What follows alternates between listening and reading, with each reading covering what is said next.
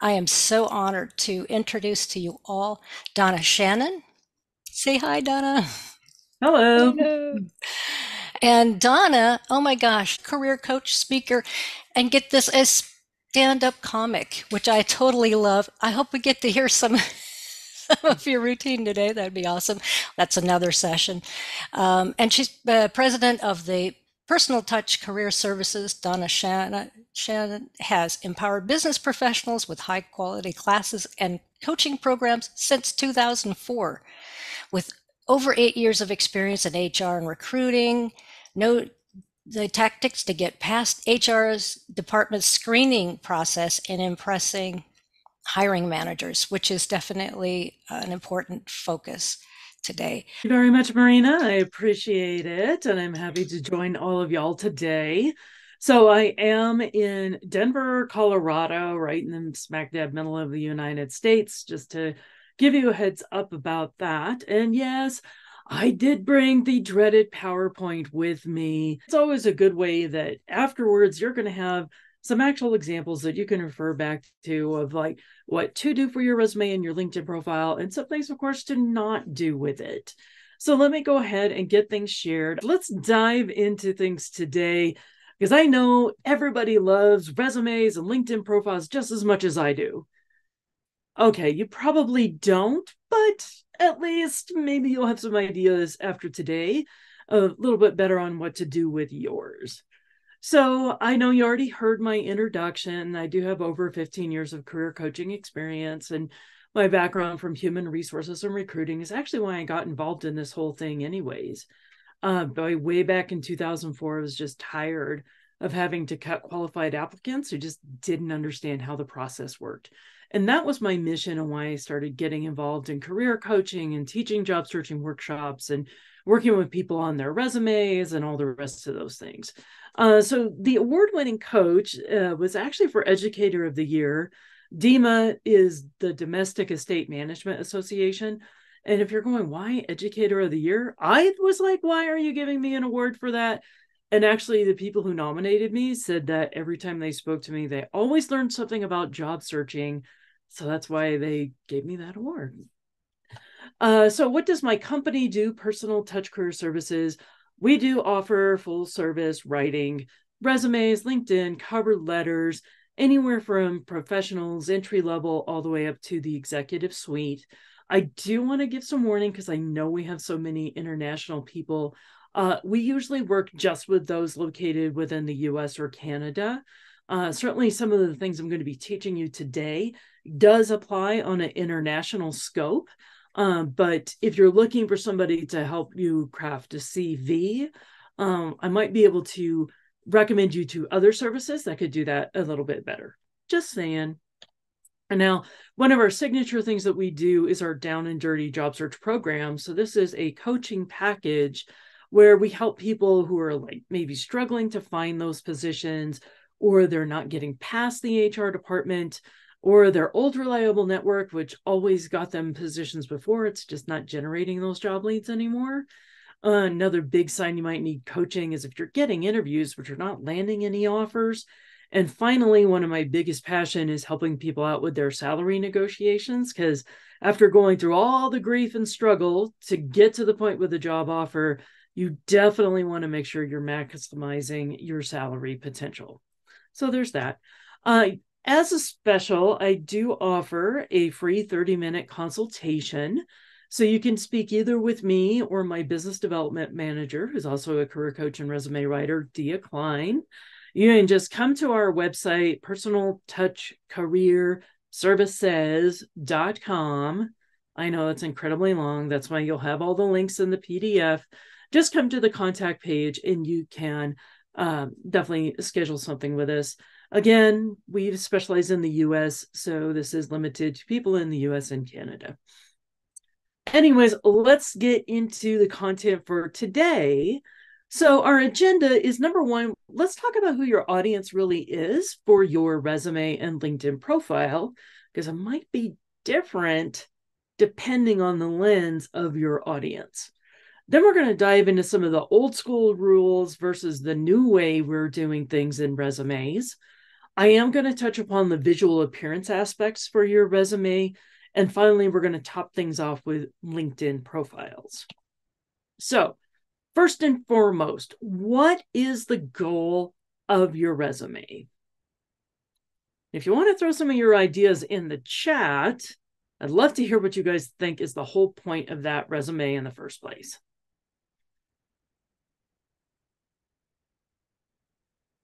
Marina is like, beat the ATS. That would be one of the functions of it, yes. Any other ideas? I've scared everybody. They don't want to put anything down. Impress hiring managers, provide work history and education, find a job in my field of expertise. These are not bad ideas, but I'm going to put it down into one simple thing. The purpose of your resume is to get an interview. And yes, I finally saw it in the chat. Somebody nailed it right on the head. It is not to get the job offer. There is no magic resume that's going to magically turn into money. It is all about getting the interview. So all the things such as getting past the ATS or surviving the screening or displaying your work history, skills and experience and education, all of that has to be done in mind with getting that interview. So to do that, I want to challenge you with this. Your resume is not actually about you. Your resume is all about the employer and how your how all of your skills, experience, and education actually meets their needs. This is kind of a flip in the script on what your resume is all about. It's so tempting when you go to write your resume to sit down and go, what did I do that was so important all day? And then you start writing from that perspective. But what if you're a career changer? Or what if you're pivoting to something that's a little bit different or at a different experience level than what you had before? Just talking about what you did in the past is not going to be good enough to get you the interview. It has to be about what the employers are looking for. And that's the whole focus. So to get through that point, let's talk about who the audience is, because not everybody in the organization is looking for the same thing. So let me put out there one view that people get of HR, that you submit your resume and then the HR director is carefully looking through all of the resumes going, how can I use this person? Let me read about their potential and I can hire them not only for this job, but for like 2 or 3 promotions down the way. Does anybody really believe that's happening? Well, of course it's not. It's a whole lot more like this. The truth is, HR is dealing with a deluge of resumes, which means they have to cut 95% of all applicants for a job. And because of this, every single HR department out there will rely on standard tricks and screening tools in order to make that happen. And this is where understanding your audience comes into play, because there's really 4 different audiences. So number 1 is our screening computers. Yes, the dreaded applicant tracking system, also known as the ATS. So computers are stupid and they only react to the keywords within our resume. And you do need to get a 50 to 70% match of the keywords within the resume itself to the job description just to get to the point where a human being is going to read it. So if you're getting rejections within like the first 24 to 72 hours after you apply to a position, especially if it feels like really robotic and automated, yes, that's because the computer screened you out before a human ever saw it. So there's that. Our second audience is the human resources people themselves, or the recruiters inside the company. So they're still reacting to the keywords, but they're also looking at the relevant experience. They tend to have more black and white thinking.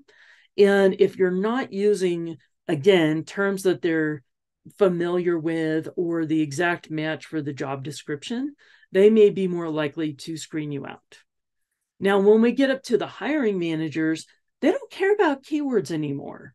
They want to know what your results have been, what your talents and abilities are, and most importantly, your passion for the job itself. Because smart managers will hire somebody who's passionate about their job. We know, we've seen tons of studies about this, that if you care about what you do, you will put forth better work, you will work harder, you'll take less sick days, the quality of the work just vastly improves. And it's all good things. So that's why they need to see not just your achievements, but also your passion. And then finally are the outside recruiters. So these are headhunters. And I know this looks harsh, like, are you sellable meat? But keep in mind, these outside recruiters are, in fact, salespeople.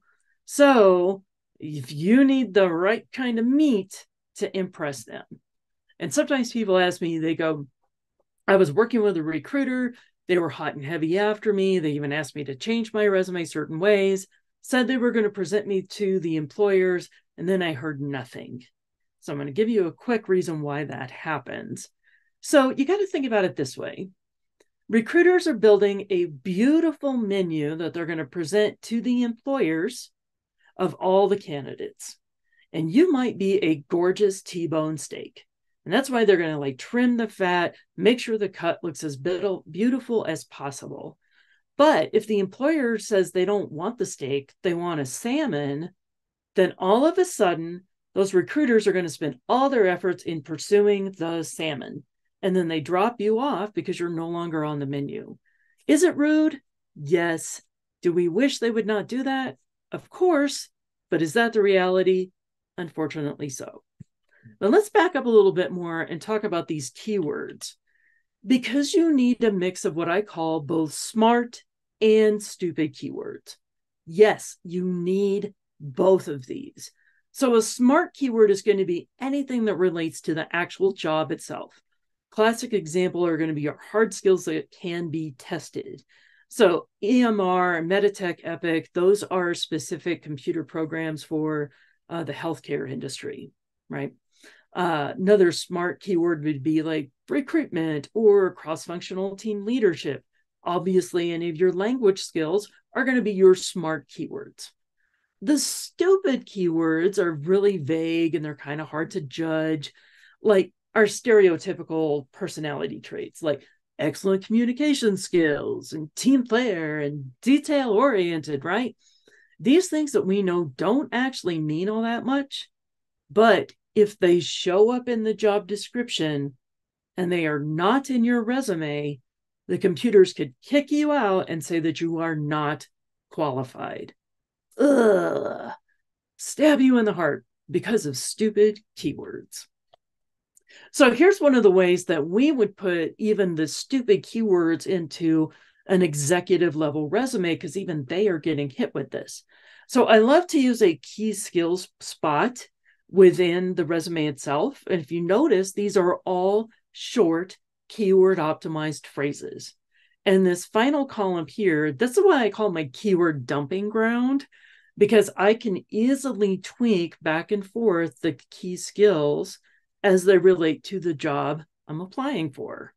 And that third column is kind of like the least valuable column. And that's why I put the stupid keywords there: professional development, problem solver, interpersonal abilities, etc. So why do these keywords matter so very much? I want you to say the magic words, because your entire job focus is going to be around these keywords. So here's why they matter. Number one, websites are going to recommend jobs based on the keywords within your resume and the LinkedIn profile. So if you'll ever go and you're looking at LinkedIn and it's offering these positions that have nothing to do with what you're applying for, it's because it's reacting to the keywords within your LinkedIn profile. Also, recruiters are going to search for passive candidates by keywords. A passive candidate is somebody who did not apply for the position. So a recruiter reached out to you via LinkedIn. You were the passive candidate, and the recruiter, usually a headhunter, is doing that. They found you because of the keywords within your LinkedIn profile. Obviously, HR is going to be screening based on these keywords, but hiring managers do respond to targeted resumes. If you're not showing skills that they actually care about, they don't have a reason to pick up the phone and give you a call.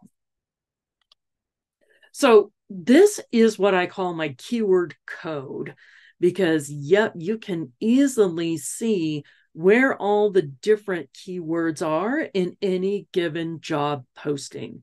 In particular, I want you to pay attention to the requirements or the qualifications for any position, because those are the ATS keywords.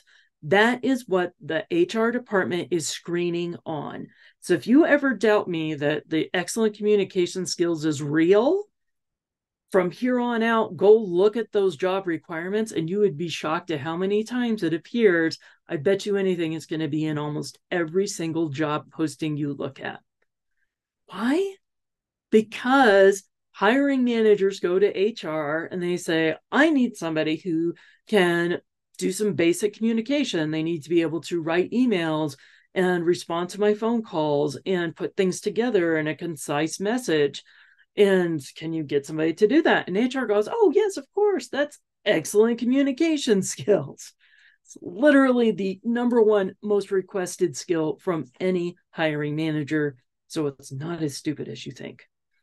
Now, when we look at the duties and responsibilities, the trick here is that's how you're going to describe your experience. Especially if you are making a career transition, you need to show them how your past experience is relevant to the new job. And when you start using common language to describe what you've done in the past, you're more likely to get interviews. How many of you have ever said, I know I can do this job. I've done so many similar things. I'm just not getting an interview. Nobody's giving me a chance. It's like, you may understand you've got a lot of transferable responsibilities, but if you're not speaking their language, so to speak, they won't see it. So here's another inconvenient truth. Now that you're looking at all those qualifications, I bet you're thinking to yourself, oh, I'll never get through. I'm not qualified. According to studies, women typically won't apply unless they have 80 to 100% of the qualifications. However, men will typically apply when they only have down to 49% of the qualifications. What HR is really looking for is 50 to 70% match on keywords, not qualifications. That's keywords. Once you see the trick of making sure you got the relevant keywords, you will start landing more interviews. Do not screen yourself out, because you also can't tell from looking at the job description what they consider is the most important qualification. Therefore, apply to anything that catches your interest. Make HR do their job. So let's talk about some of the old school versus the new rules and how resumes have evolved over the past several years. So one thing I like to stress to everybody is there's going to be different strategies depending on your experience level. Note any of our international folks for CVs, yours are going to be significant longer than the ones here in the United States, because you're just including more information that here in the US we wouldn't necessarily do, such as your demographic information, marital status, birth date, those things you would never put on an American resume, but very, very common to see those things in Europe. Now, if you're an executive, those are going to be long. They don't care about stupid keywords. They only have to focus on the smart ones. And it's the scope, meaning the volume or the size of the organizations of their past employers, because it impacts greatly the jobs they're going after. And there's tons of achievements. That's really the focus for our executives. For everybody else, we only need a 1 to 2 page resume. Yes, you need both those smart and stupid keywords because you've got to get through the computerized screening. You can use relevant information about your past company. That gives us some light into the scopes of your jobs as well. And while, yes, we need achievements, you also have to show the duties within your past experience that relate to the new job so they can understand you've done the functions of the position as well as your results. So let's talk about objective statements. Objective statements are dead. We don't use these anymore. Why? Because these things that are like seeking a rewarding opportunity with stable company with room for growth, it violates rule number one. This is all about you. Employers don't care about what you want. Your resume is about their needs. So, this is why we use a passion driven summary instead. So, proven healthcare manager with over 15 years of experience building diverse, high performing teams. Already, the employers are going, yep, that relates to what I'm looking for. And if you notice, it's also keyword optimized. So, there's also this 6-second rule. It used to be that your resume would be judged within 30 seconds. They don't give us that much time anymore. Literally, once you get past the computers, which give you like nanoseconds, that HR person may only look at your resume for 6 seconds. That means we need to be crystal clear and just completely above the board and very easy for them to see the critical information right away. Now, if it gets through to the hiring manager or you track down the hiring manager, get your resume directly into their hands, highly encourage you to do that. They are going to look at it longer than the 6 seconds. However, functional resumes are always going to fail this test. If you're not sure what a functional resume is, let me show you. So these things were invented in the recession of like 2008 to 2010. And the whole concept was you focus on the functions of what you did in your jobs. So it's like here in the skills, the process streamlining, complaint resolution. They've actually got achievements in here with quantifiable metrics, but I can't tell where they did this stuff because the experience is listed separately, completely divorced from the rest of this, and oftentimes in very simplified forms. This never works. It will never parse correctly to the actual applicant system. And I'm left guessing on where you've done these things. So, yeah, if you've been trying a functional resume, please do drop it now, if nothing else. There's also HR knows these things were invented to hide certain things. So if somebody was trying to hide their age or a lot of job hopping, or even a big gap in their employment, that's why these functional resumes were invented. And even a study as far back as 2009, when these things were extremely popular, 75% of hiring managers prefer chronological resumes. Yeah.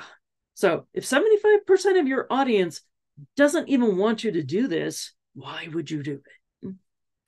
What I do like to do are hybrid resumes. So it's got some of the best qualities of that functional concept, but it's actually going to work. So it's got that strong dynamic summary, our robust keyword phrases and the skills, clear duties within those experience levels, a nested achievement, meaning all these little checkpoints are the achievements. You can clearly see what job it was being done with. And of course, we have our education in here too. All right.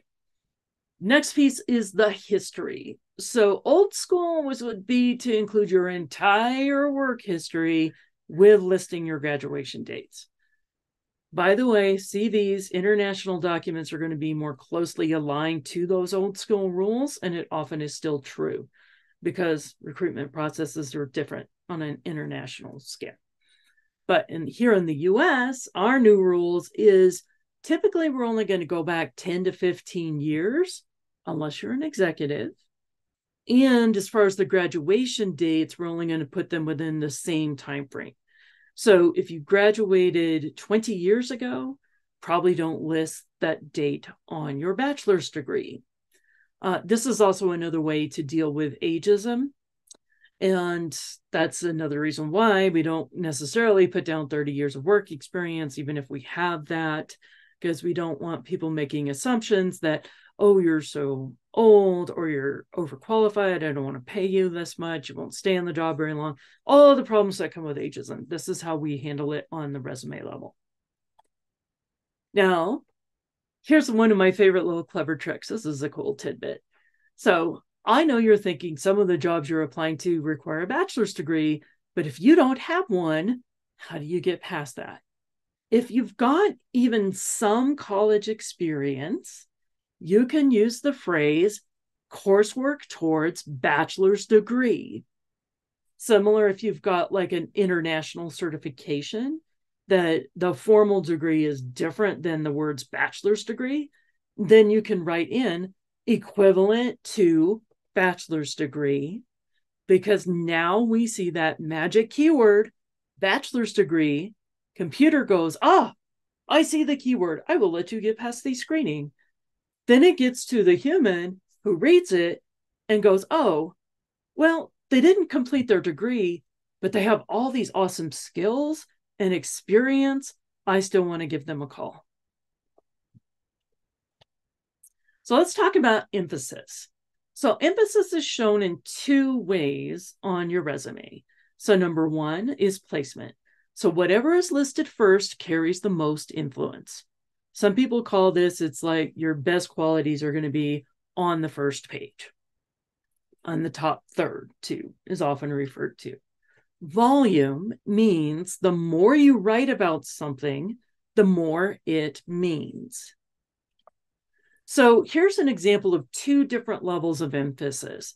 So over on the left-hand side, we've got our experienced executive assistant. Their resume is going to go over onto 2 pages. By comparison, our entry-level person only needs a 1-page resume.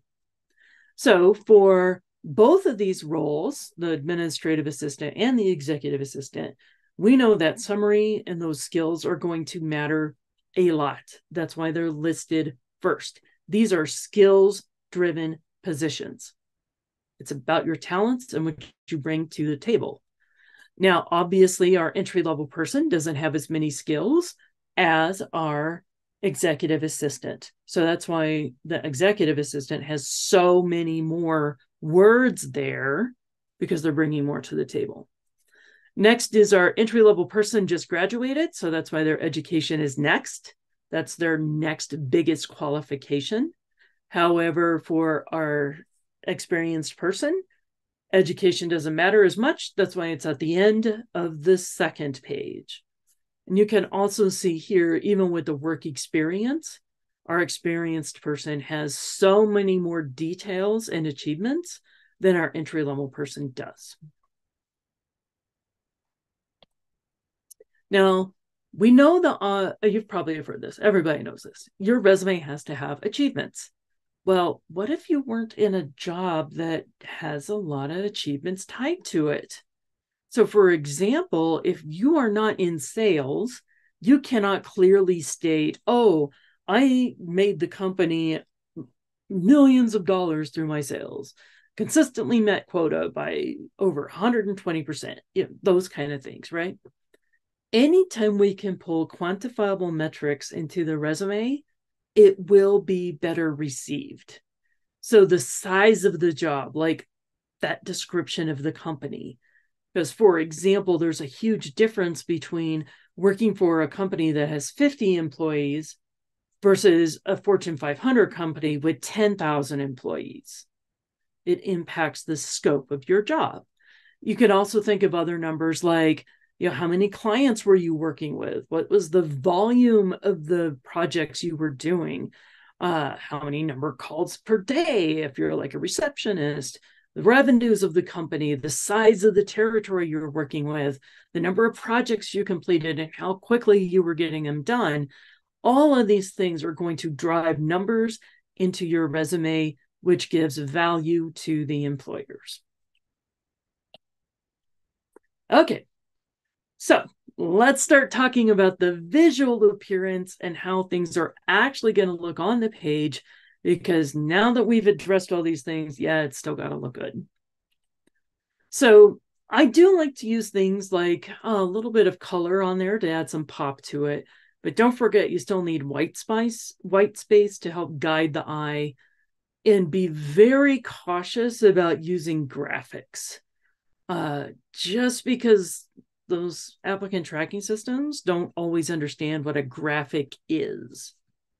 So here's that dynamic formatting example, right? We've got that pop of color. We can clearly see what the section headers are. I am going to make a correction here. This is an older sample. One of the things we're seeing now from these screening computers is you need to use some more standardized headings. So here where it says career overview, I actually would change that to career experience, professional experience, something like that, because the computers are using the headers to figure out where to parse the information into the applications. So if you ever have problems with it's not putting your experience in the right place, double check your section headers.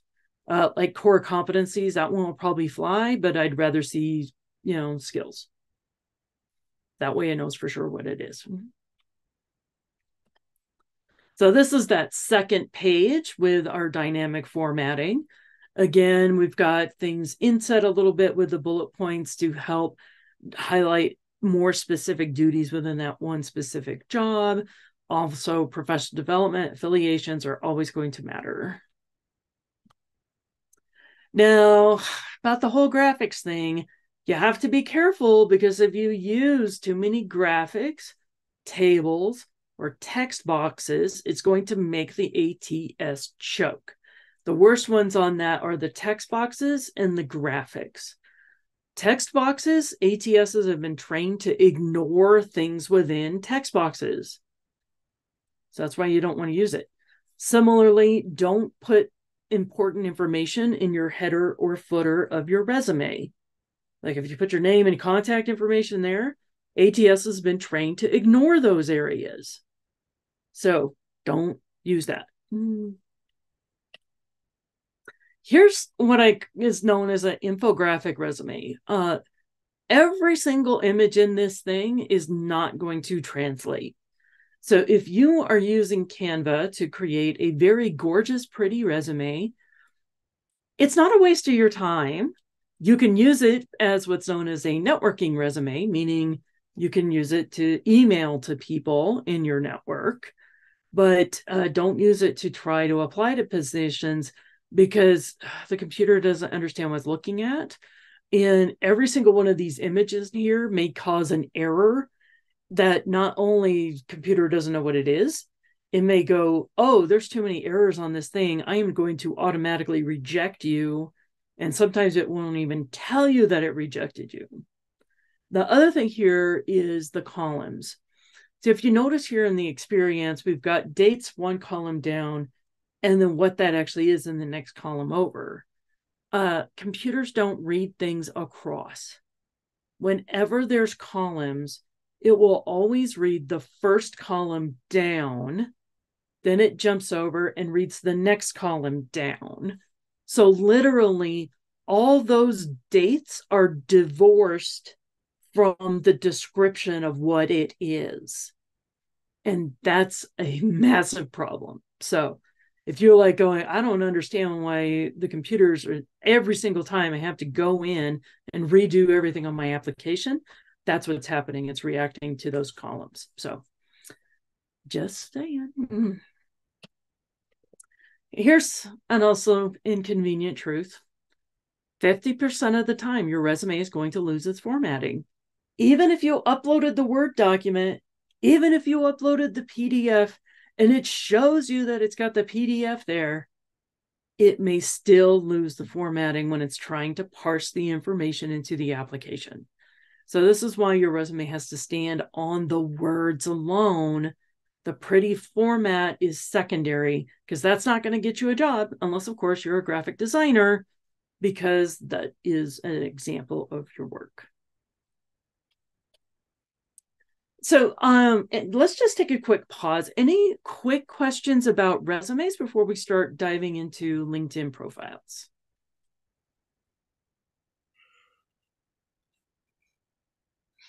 I think that was amazing information, and maybe at the end in Q&A, people will have any questions.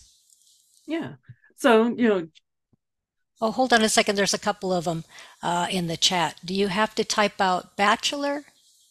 oh, I'm so happy you asked that one, Anastasia, because that is an awesome point that I forgot to make.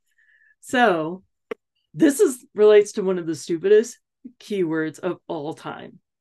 If your resume says BS for your bachelor's degree, but the job posting says bachelor's degree or bachelor of science, yes, the computer will kick you out unless somebody tells the computer that a BS is a bachelor's degree. So when we've got things that are very common like that, where it's, rather than change it every single time, we would just write it out. Bachelor of Science, parentheses, BS. Now you've got both keywords and you don't have to make a super minor change every single time. Great. Thank you for that. Sarah's asking, what about horizontal resume? Well, that's what you're talking about, right? That it's best to have text only and horizontal. Is that correct? So, are we with the horizontal resume? Are you talking about changing the dimensions on the page itself so it's not portrait, it's landscape? Yes. So, the only problem with that is when it comes back out of the system, because they've been trained to do the portrait style versus landscape, it might cause some formatting problems. Now, as far as it getting parsed into the actual applicant tracking system itself, it shouldn't cause too many problems. Just understand that when humans read it, it's a little bit out of the norm of what they like to see. So that's might cause a little bit of problems. We also had a question about fonts on a resume. Obviously, you're not going to use Comic Sans. you know, and I do encourage people, it's like used to be, you stick with your same six standard fonts. This is like real old school, because if you used it too fancy of a font, not everybody shared the same. I think it's pretty common now. Most of us have about 100 different fonts to choose from. What I like to see, though, is don't switch fonts within the document itself. It's too visually jarring and it just doesn't look consistent or cohesive. So just pick one font throughout. You can do different font sizes, bold, italics, things like that, to draw attention to things. But if it's all Calibri, at least it doesn't look like schizophrenic, basically. It's consistent too if you use the one Yeah. font. Yeah. So sans serif fonts like Arial, Verdana, Helvetica are clear, and then there's the serif fonts. That'd be another session. Yeah. But yeah, I agree. Fonts, keep them one font. Mm-hmm. Yeah. So, Louisa, I'm going to answer your question, and then we're going to dive into LinkedIn profiles. We'll get to the rest of the questions at the end. Yes. Because this is just a great question. Yeah, how do you write a passion-driven statement having just graduated? How do you demonstrate your value to a company when you have limited experience? Actually, your passion and your transferable skills are the best things you're bringing to the table. So when you talk about having just graduated, you have the excitement and the enthusiasm for everything you've just learned and what you want to apply into your new job. And that brings a lot of value to the employers. So when you're reading things like in those job descriptions and it says excellent communication skills, you can demonstrate that by saying, during my studies, enjoyed crafting papers or working on projects with team members. And these are the results that you can drive within there. And then when we're talking, remember scope. the education for our entry level person had a lot more bullet points and details in it than our experienced person did. 2 lines for the experienced person. However, for the entry level person, those projects, specific classes that you took, any extracurricular activities, areas of special study that you may have done outside of the coursework, all of those things are going to bring value, keywords, and showing your passion. So, thank you. Let's talk about LinkedIn profiles. So, keywords in your LinkedIn profile are going to work just a little bit different. So, it works like SEO or search engine optimization, just like how people find anything on Google. So, keyword rich profiles are found more often. So, you don't need to worry about stupid keywords anymore. What? It's all about the smart keywords being repeated in a natural manner along with their variations. And also, you only want to focus on ones that are relevant for the job you want. So I actually had this discussion with a client recently who's working on their LinkedIn profile. We just gave them all their content. And she's like, if I change up my skills, am I going to lose my endorsements on the ones I delete? It's like, yes, you will. But you're going for a different type of job. Having keywords, even endorsed skills that are not relevant to the jobs you're going after, doesn't help you at all. As a matter of fact, it hinders you because you could have used that space for high value keywords instead of things that are not relevant, where you're attracting the wrong kind of recruiters. Also, images matter a whole lot. Profiles with pictures do, in fact, get 21 times more views and 36 times more messages. So, yeah, make sure you have a good picture on there. And one big clue is don't follow their headline. Anytime you update your experience within LinkedIn, it's going to say, oh, do you want to make your current title your headline? No, you don't. You want to make it keyword optimized, rich, what you have to offer. It's what's also known as our brand promise.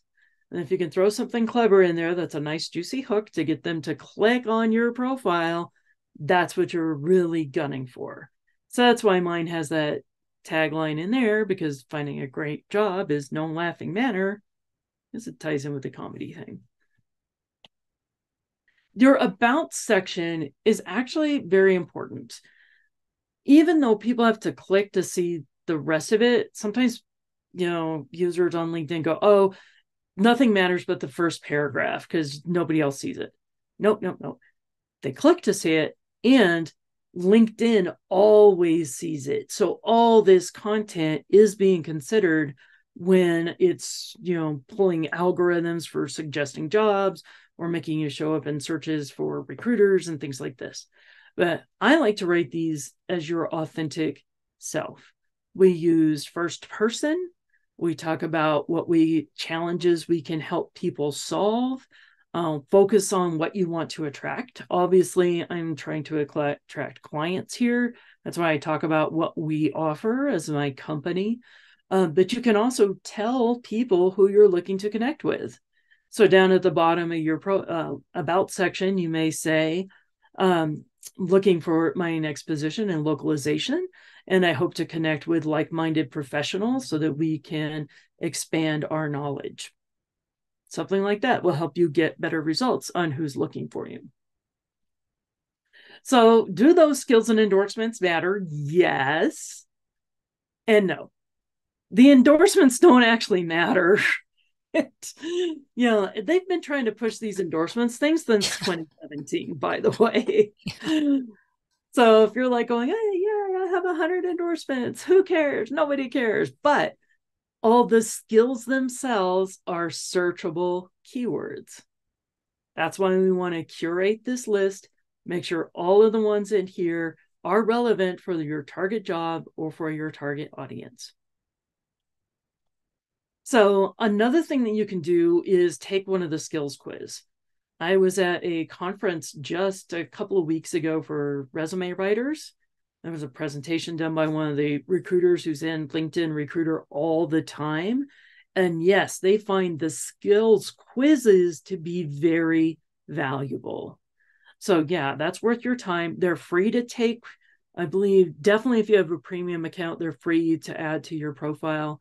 Then, if you're weak on any one of these skills, you can go and do their LinkedIn Learning, boost your skills back up, go and take the quiz again. And then it just gives some demonstrated ability within those top traits.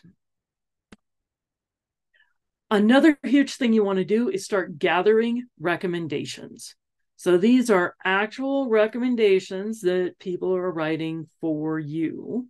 And recruiters like to see 3 written recommendations in total, not 3 per job, just 3 minimum. And then that's also well on your way. It's also a really cool way to start as you're making a career shift or transition. Get people that have supported you along this journey.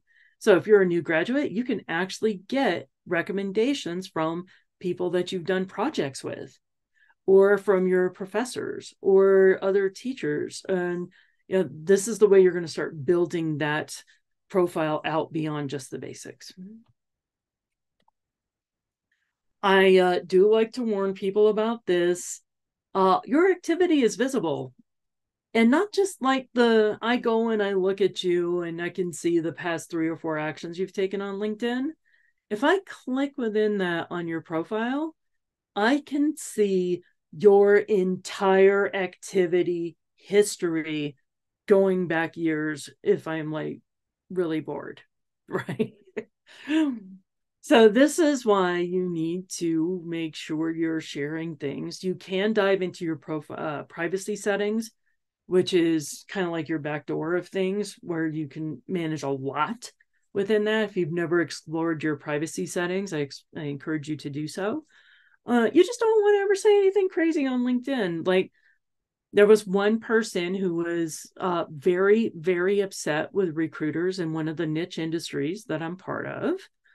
And they got into a nasty downward spiral where they were talking smack about recruiters in one of the groups specific to the industry. And I'm like, oh, this is not good. So I sent him a private message and it said, hey, just so you know, there's a lot of recruiters in this group who are reading what you're saying. You might want to consider taking that post down. And so he blasted me. Like, no good deed goes unpunished. Oh, I know.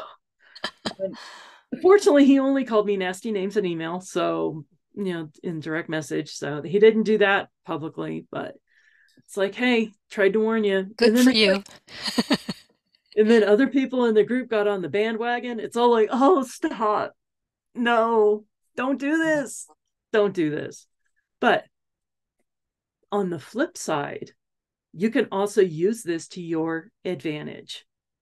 This is actually one of the growing ways that you can become part of content on LinkedIn and actually raise awareness with thought leaders in your groups.